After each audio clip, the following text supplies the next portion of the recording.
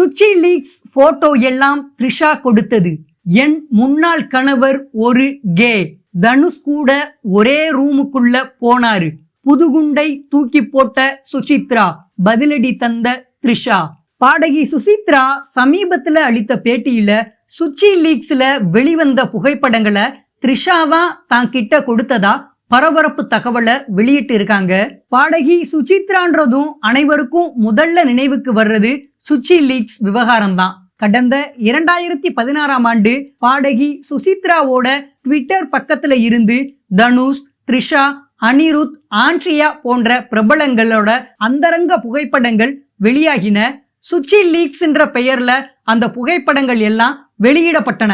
இதனால அந்த விவகாரம் பூதாகரமா வெடிச்சிச்சு. தமிழ் திரையுலகத்துல பரபரப்பா பேசப்பட்டுச்சு. சுச்சி லீக்ஸ் விவகாரத்துக்கு பின்னால சுசித்ராவோட வாழ்க்கையே தலைகீழா மாறிடுச்சு. ஒரு கட்டத்துல சுசித்ராவுக்கு மனநலம் பாதிக்கப்பட்டதா கூறப்பட்டுச்சு. பின்னால அவரோட கணவர் கார்த்திக் குமார் அவரை விவாகரத்து செஞ்சு பிரிஞ்சிட்டாரு. இதனால கடும் மன உளைச்சலுக்கு ஆளான சுசித்ரா சில ஆண்டுகள் மீடியா பக்கமே தலை காட்டாம இருந்து வந்தாரு. இதையடுத்து பிக்பாஸ் நிகழ்ச்சியோட 4வது சீசன்ல வைல்ட் கார்டு போட்டியாளரா கலந்துகிட்டாரு. அதற்கு பின்னால பிக்பாஸ் குறித்து அவ்வப்போது பேட்டியளித்து வந்த சுசித்ரா தற்போது தனியார் யூடியூப் சேனல் ஒண்ணுக்கு அளித்துள்ள பேட்டியில பல்வேறு அதிர்ச்சி தர தகவல்களை பகிர்ந்துட்டு இருக்காரு. குறிப்பா தனுஷ், ஐஸ்வர்யா விவாகரத்து, சுச்சி லீக்ஸ் விவகாரம் போன்றவை குறித்து சர்ச்சைக்குரிய கருத்துக்களை தெரிவிச்சிருக்காரு. அவரோட அந்த பேட்டி தான் தற்போது சோசியல் மீடியாவில் செம்ம ட்ரெண்டிங்கா இருக்கு.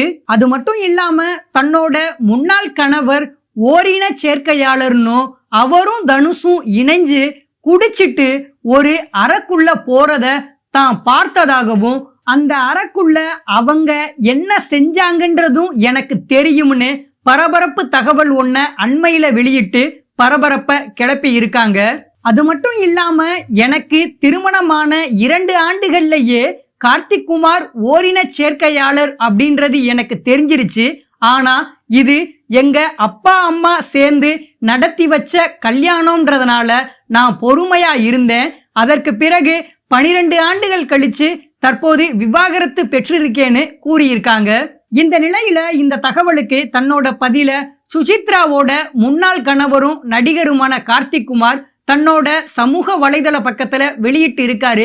அதுல அவரு நான் ஓரின சேர்க்கையாளரா இருந்தேன் அப்படின்னா அத நிச்சயம் பொதுவெளியில பகிரங்கமா சொல்வதற்கு கூச்சப்பட மாட்டேன்.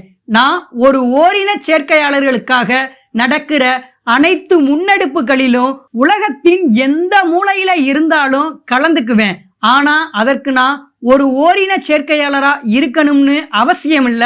அவங்களுக்காக குரல் கொடுக்க ஒரு நல்ல மனுஷனா இருந்தாலே போதும்னு சொல்லி இருக்காரு.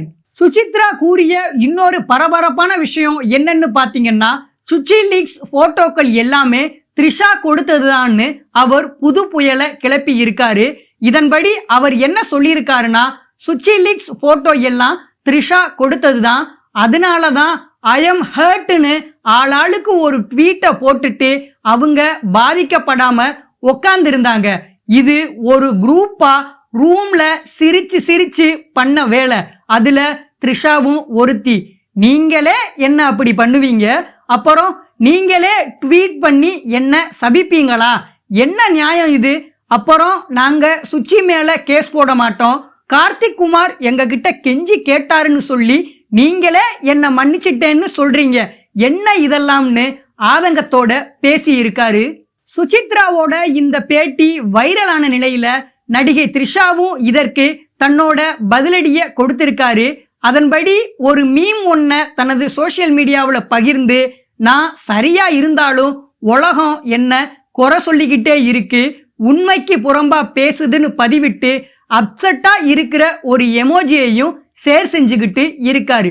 இந்த விவகாரம் தான் தற்போது தமிழ் சினிமாவில் பூதாகரமா வெடிச்சு சர்ச்சைய கிளப்பி இருக்கு.